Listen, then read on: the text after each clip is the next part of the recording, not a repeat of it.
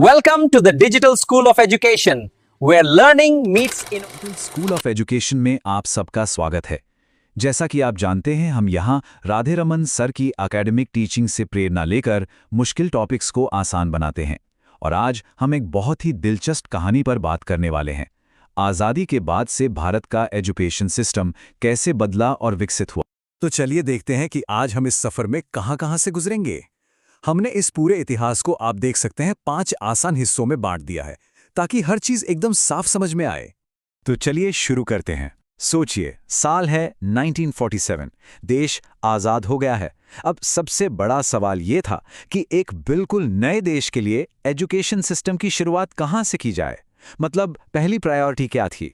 ये एक बेहतरीन सवाल है, और जैसा कि राधे रमन सर भी जोर देकर बताते हैं, पहला कदम था पिरामिड के टॉप को ठीक करना, यानी यूनिवर्सिटी एजुकेशन।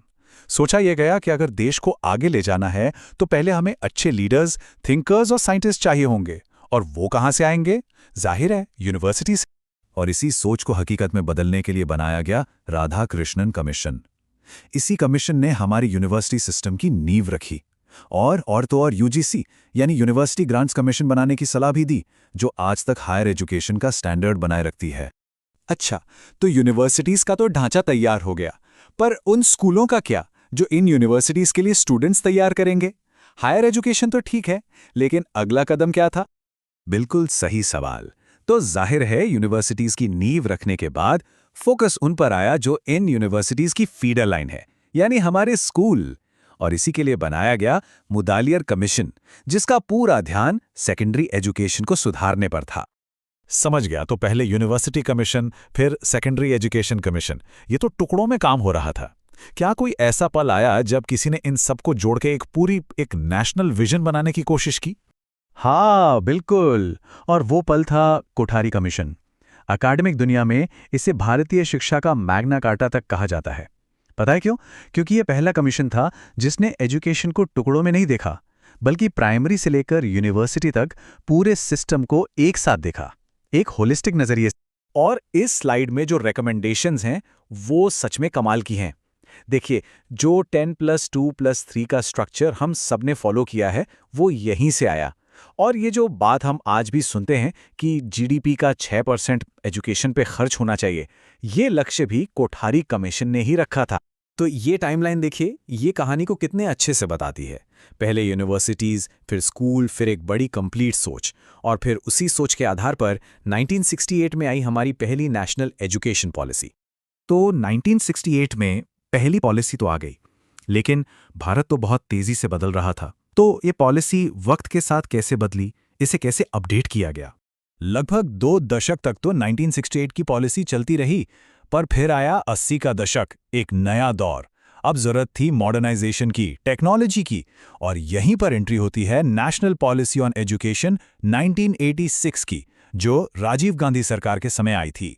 अब ये आपकी कंसेप्चुअल अंडरस्टैंडिंग के लिए बहुत जरूरी है। इस पॉलिसी ने 3 जबरदस्त चीजें लॉन्च की।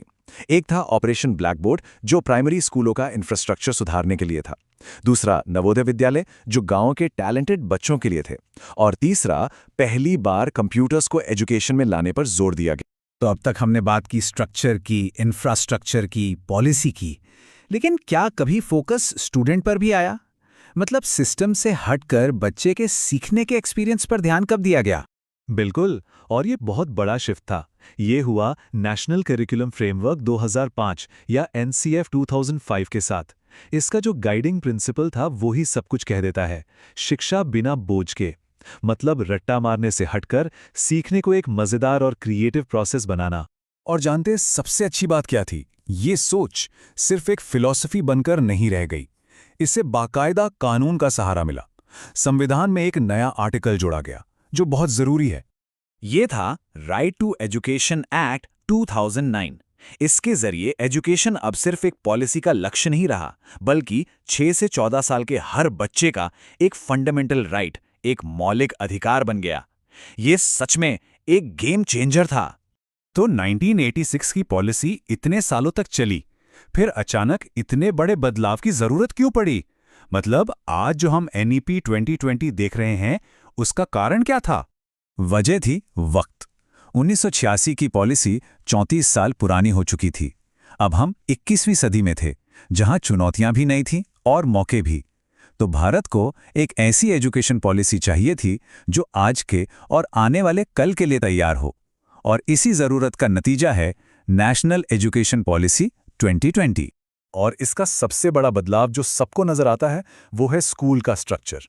पुराना 10+2 सिस्टम अब खत्म और उसकी जगह आ गया है नया 5+3+3+4 का ढांचा। ये अर्ली चाइल्डहुड एजुकेशन को भी अब फॉर्मल सिस्टम में ले आया है। सिर्फ स्ट्रक्चर ही नहीं, और भी कई बड़े बदलाव हैं, जैसे छोटी क्लास में अपनी मातृभाषा या क्षेत्रीय भाषा में पढ़ाने पर जोर दिया गया है, एमफिल की डिग्री को ख़त्म कर दिया गया है और बच्चों के असेसमेंट के लिए परख नाम का एक नया नेशनल सेंटर बनाया गया है। तो हमने देखा कि कैसे हमने बुनियादी ढांचा बनाने से लेकर 21वीं सदी के लिए एक फ्लेक्सिबल सिस्टम बनाने तक का सफ़र तय किया है। ये वाकई एक कमाल की यात्रा रही है और ये हमें एक आखिरी लेकिन बहुत ज़रूरी सवाल पर लाकर खड़ा कर देता है। इस चर्चा में शामिल होने के लिए आप सबका बहुत बहुत शुक्रिया। और जैसा कि हम हमेशा कहते हैं, सीखने का ये सफ़र कभी ख़त्म नहीं होता। डिजिटल स्कूल ऑफ एजुकेशन के साथ जुड़े रहिए और सीखते रहिए। Welcome to the Digital School of Education, where learning meets innovation.